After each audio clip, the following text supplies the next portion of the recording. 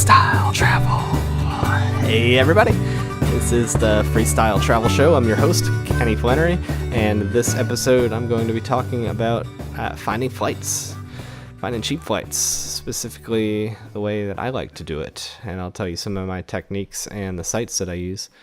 A little bit different than people trying to find like little round trip vacation 1 week flights waiting out. I feel like that's a totally different strategy than what I'm doing, which is mostly one-way flights and mostly flying out of necessity to get over huge bodies of water like oceans and whatnot. So I'll get into all those little tips, and I hope down the road I get to do some more shows with other people who have other tips, and maybe we'll do a second version of this and expand on it. That would definitely be cool. Everyone's travel style is a little bit different. So I'll get to that.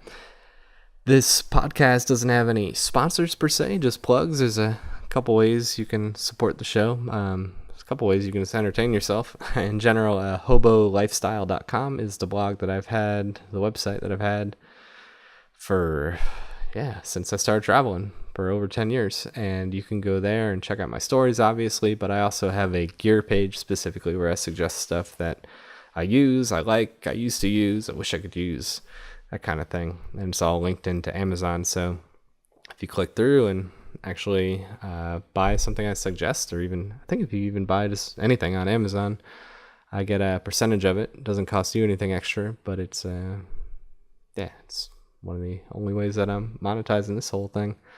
Also, coincidentally, I'll talk about this more after flights and everything else. There's more bivy packs in stock. They're ready. Now, you can go on freestyletravelgear.com right now. This is October 26, 2018. And I don't think they're going to last too long. I only have several that are done, but they are ready, and it's going to be a while until there's more ready. So you can order one now if you're hearing this quickly, and I'll talk more about that at the end. But let's go for it. Let's jump right into some advice for flights for people traveling constantly.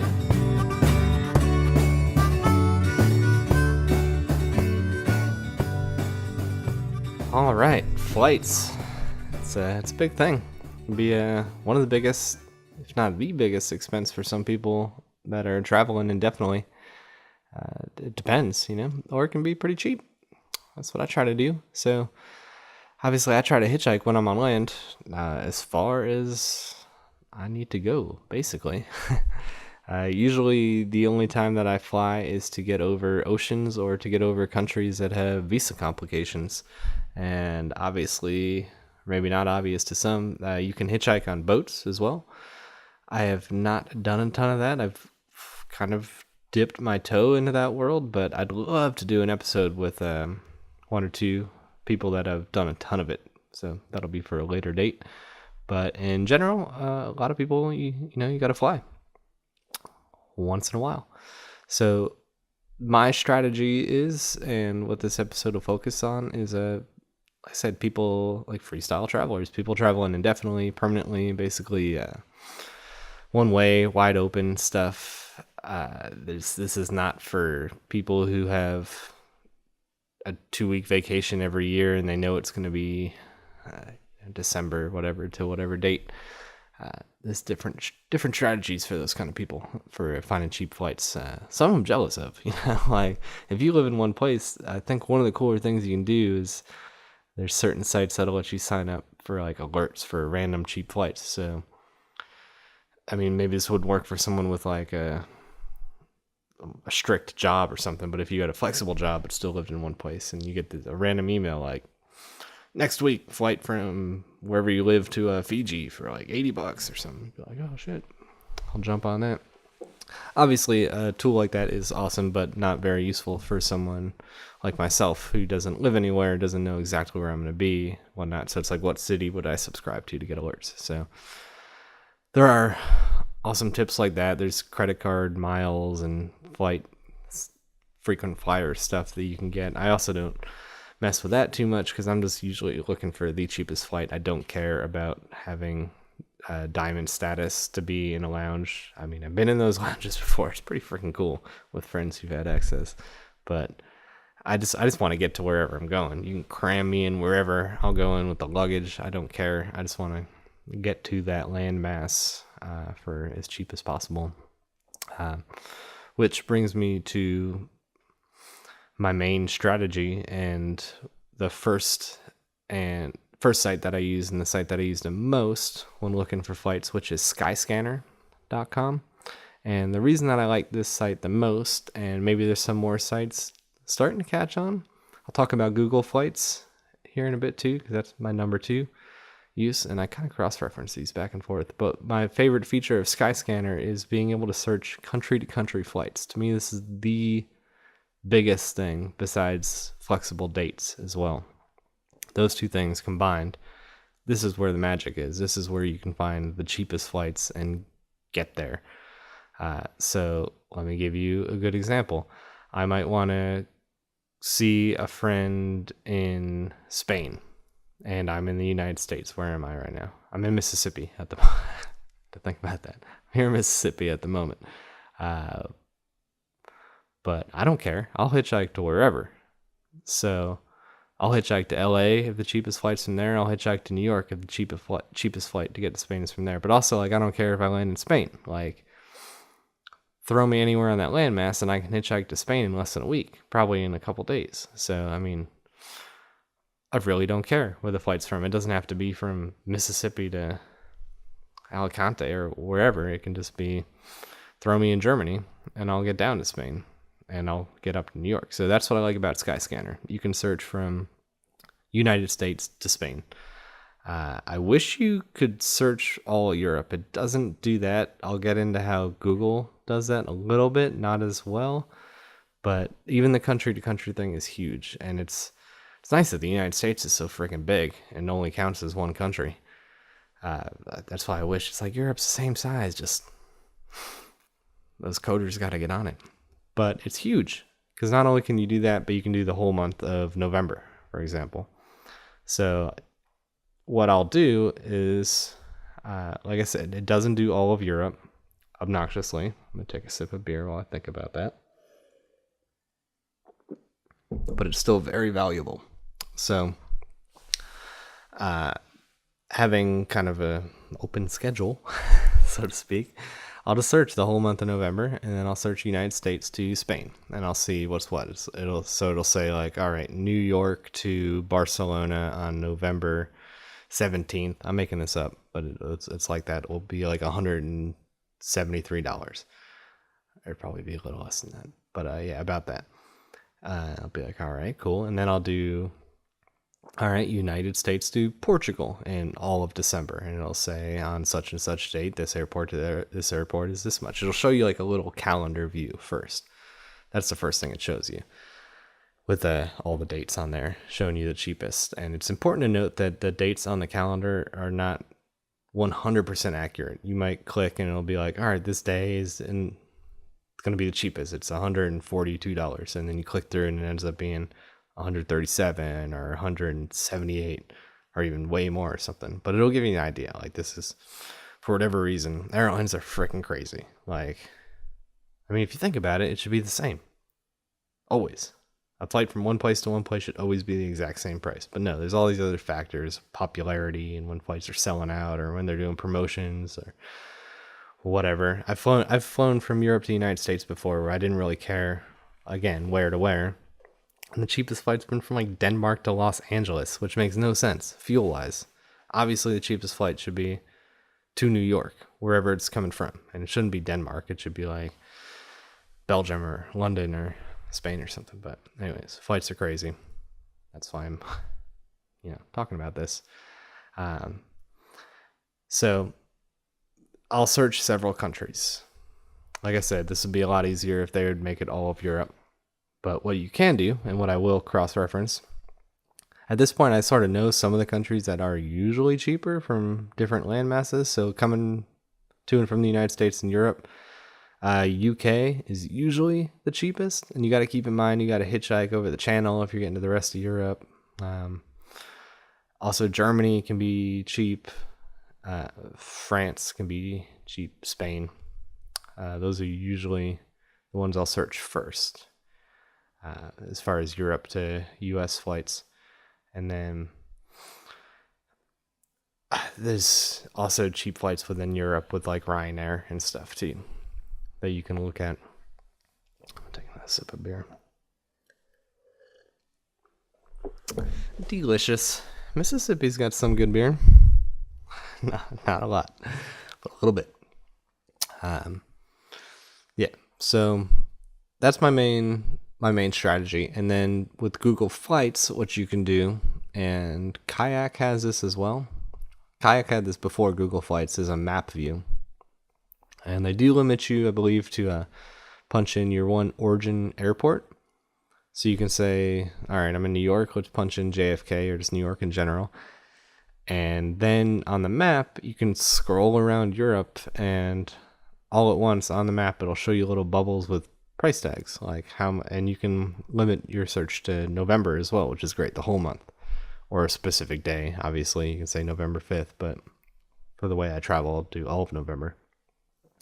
And that'll at least show you all of Europe, and then you can kind of see little trends. You can be like, why are flights, or for whatever reason, flights into Norway, which actually is true too, for whatever reason, flights to Norway and Sweden coming from the US are also cheaper than a lot of other places. You're like, okay.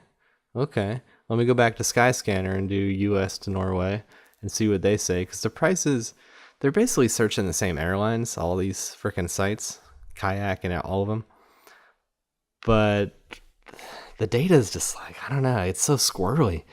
I get it. I've played with the data before, like from a programmer's point of view, and it's just changing all the time, and I get it and I don't get it. I feel like they should be doing a better job, but it's changing a lot, so it's not always totally up to date. That's why you got to go back and forth with the sites, and sometimes the calendar views and all that is not going to be what the final price is, but it does give you a great idea. So my point is that you go on Google Maps, or not Google Maps, but Google Flights with the map, and you can be like, flights to Norway. That'll get me on the continent. I can hitchhike down from there, whatever. Never even thought of going to Norway. That'll be great. Do that, and then I'll get to Holland or Spain or wherever it is. So I've, got a thing going on. Got a friend purposely trying to see. Go to Norway first. But yeah, so you see that on Google Flights, and then go back to Skyscanner and be like, all right, United States to Norway. And it'll be like, all right, Boston to Oslo in November 27th. That's the cheapest day in November from anywhere in the United States to anywhere in Norway. And then you're cruising.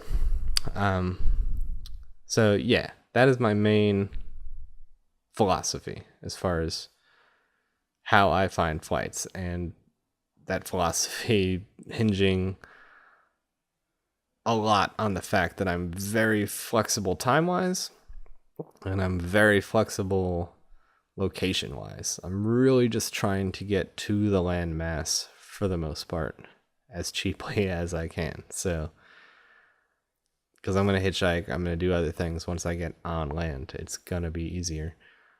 So that's what makes it easier and more flexible, and that's the best strategy I've found for that. Secondary piece of advice: when you do find these cheap flights, look at the layovers. So the first time this ever even crossed my mind, I was flying from Los Angeles to New Zealand. I found what I thought was a pretty good deal, something like 600 and change from LA to New Zealand. It was like, I used the exact strategy I just told you about, and that was the flight. So I got on it, and I sat next to this girl who was going to be an au pair in New Zealand, and our flight stopped in Fiji. It was like 12 hours or something from LA to Fiji, and then however longer there to get to New Zealand. So I was in Fiji for 2 hours. Basically just walked off the plane, felt the humidity, looked around, got into the airport, sat around, got back on and flew to New Zealand. But this girl, her objective was to get to New Zealand as well, but she realized that it was going to stop in Fiji no matter what. So she ended up just hanging out in Fiji for a couple weeks. So she basically booked a flight to Fiji and then a flight from Fiji to New Zealand. And I think it came out to about the same price. And it was genius.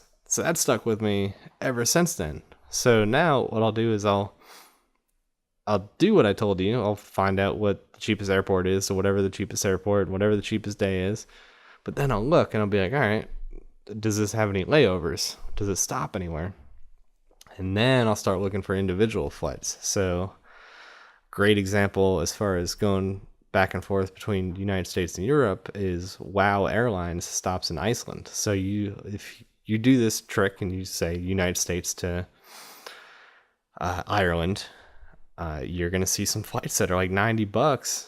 And then you look at them and there's a layover in Iceland. You're like, whoa, okay. So what you can do is you can just hop on that flight and be in Dublin and drink some Guinness and have a good time. But you can also be like, all right, how much is it just to fly to Iceland? And then a week later, how much is it to fly from Iceland to Dublin? So maybe it's $100, but maybe $100 to fly to Dublin, I'm saying, from New York. But it could be like $70 to fly to Iceland and then $20 or $30 to fly to Dublin a week later. So about the same price, or maybe cheaper, maybe $10 more, but you get to hang out in Iceland for a day or a week or a month, whatever you want. So again, a lot of this hinges on flexibility and whatnot, but that's huge. It's like, why hang out in an airport for 2 hours when you can like go explore a whole new place that maybe you haven't even been to for much longer for the same price or cheaper. So just saying, it's a good move. A little side note, for those of you who've never heard of skip lagging, I just thought of this because it's kind of in the same vein of layovers. The concept of skip lagging is, as I was saying earlier, sometimes the cost of flights are just nonsensical. It's like, why is this cheaper than that flight? Sometimes, let's use the same example.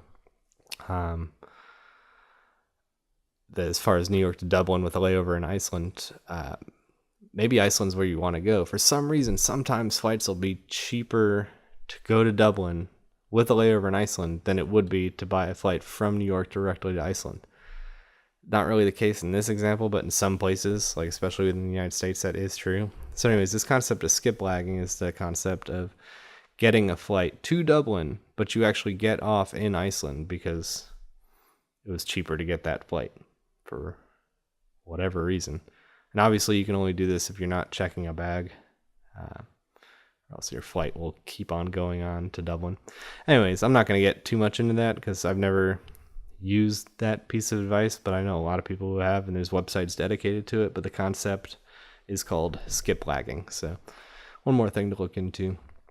I definitely want to do a follow-up episode to this because there's so many different ways and methodologies of travelers, from vacation travelers to freestyle travelers, indefinite people, people who are, they'll camp out in the city for a few months or 6 months or even a year or teach English or something. And I don't know, everyone's got different rhythms. So there's different really specific and niche travel sites and techniques. So it'd be cool to explore some more besides just my own experience and the direct experience relaying from others I've met. So yeah, I'll get definitely a follow-up episode. It'd be kind of cool. But yeah, so Google, hold on, I'm gonna take a sip of beer before I get into more Google Flight stuff. I do like Google Flights just because I like Google all around. And they actually do let you have wider swaths, so you can search from one place to Eastern Europe. It still doesn't let you do it kind of lets you do all of Europe with the map view, but then they limit you to the origin. But I do like being able to search a little bit more broadly. It's kind of nice. As far as some kind of specific trends that I've noticed, so that's the main chunk is what I've said my piece, really. That is my philosophy. Just be flexible and use those techniques. But some of the trends that I've noticed that may be helpful for some of the places that I've been to are, if you want to fly from the United States to South America, you're quickly going to find out that a lot of those flights are via Spirit Airlines coming out of Fort Lauderdale, Miami kind of area. So they'll have flights from Fort Lauderdale to Colombia, sometimes as cheap as like $80, 90, always less than 200 generally, if you're a little bit flexible. And sometimes I've seen flights from Fort Lauderdale to Lima, Peru, as low as about $110 before. Never really seen them over 300. They'll be over 300, but like on any given week, it seems like you can find like a $250 flight, which is actually a lot more than they used to be. I think it's just a time of year kind of thing, but you can still find like $150 flights, which is pretty good damn deal, especially when you consider people flying just around the U.S. Like, I don't fly within the U.S. too often because you can just hitchhike. It's got to be a special circumstance. But man, from New York to L.A., I guarantee there's people every day spending like $400 on like flights. It must be crazy. Crazy. $400. You better put me on the other side of the damn world. $400. Like, if you spend $400 to go to Europe, that's because you are being real picky. Like, your timeline is very narrow, and where you can fly out of is very specific.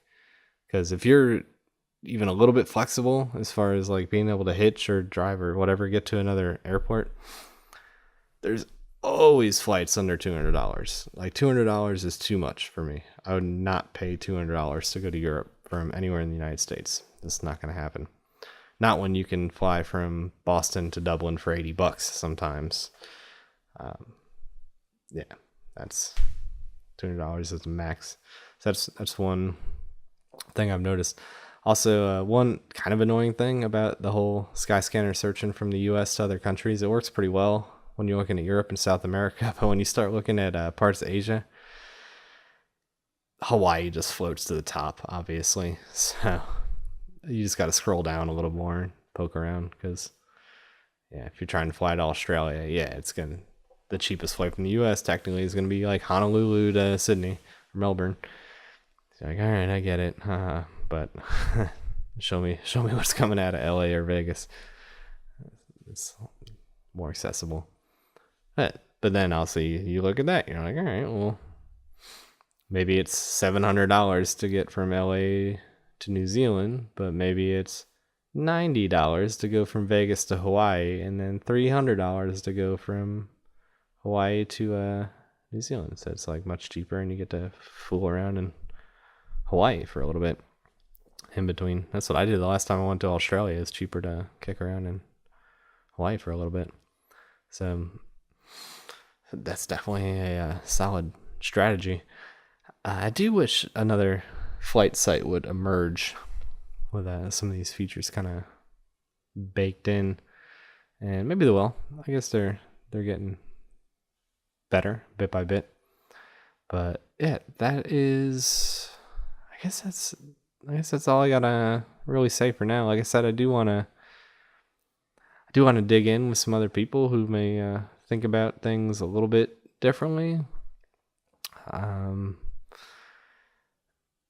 Like I said, it's just everyone's a little bit different, but I'll try to keep the focus on people that are traveling a little bit more indefinitely. The whole round trip ticket thing. Another couple things I just thought of. Let's mention one little trick, which I haven't had to use, but is an easy one to use, is some countries that you fly to, they'll want to know that you're getting out of there. So I've had it happen when I land somewhere in Europe, and they're like, all right, how long are you staying, and do you have a flight out of here? Because parts of Europe you can only stay for, like, if you have a US passport anyway, like 90 days in the Schengen area. And this applies to anyone living anywhere with any passport. But the trick is, what you can do if you don't want to commit to some return ticket, right before you get on the plane, buy a return, if you have the funds to do it. Buy a return ticket, an arbitrary return ticket. Just buy it. So say you're flying from, say you live in Europe, you live in Germany, you have a German passport and you're flying to the US, fly there and then buy this ticket coming back. And then when you land, you can show them that ticket. And then as soon as you show them the ticket and you get through security and all that stuff, cancel it. Like, most airlines won't let you cancel the ticket unless you spent the extra money, but most will let you cancel it within the first 24 hours just because so many people have fat fingers or screw things up. So within the first 24 hours, a lot of airlines will let you cancel no matter what, just because it's the internet and people screw up. So they will give you a pass on that. So anyways, that's just a little travel hack that you may or may not use. Skip it through if you need to. So yeah, that is that's the bulk of it. There's obviously a ton of other travel sites, and I'd love to hear in comments, whether you comment on Facebook or SoundCloud, or just contact me directly. Any advice that you have that's relevant to this form of travel, or even just general tips for people flying, that'd be cool. And I will do a follow-up episode, hopefully with someone else with a slightly different perspective. And I'll try to also include as many of the tips you guys share. And also, obviously, if they're in the comments, you can just look at the comments and see what people are saying. So hope that was helpful to y'all. That's the way I get around the world for fairly cheap. And yeah, happy days. Good times, y'all.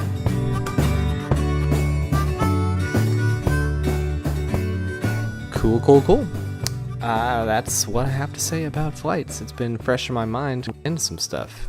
So I'll tell you what I've been looking into. But right now, like I said, I'm in Mississippi. I think that the last episode I recorded here as well. I got here to work on some bivy pack stuff. So for those of you who don't know what the bivy pack is, it's a backpack I designed that turns into a bivy pack, which is a little shelter. It's like a 2-in-1, really lightweight way to travel or hike.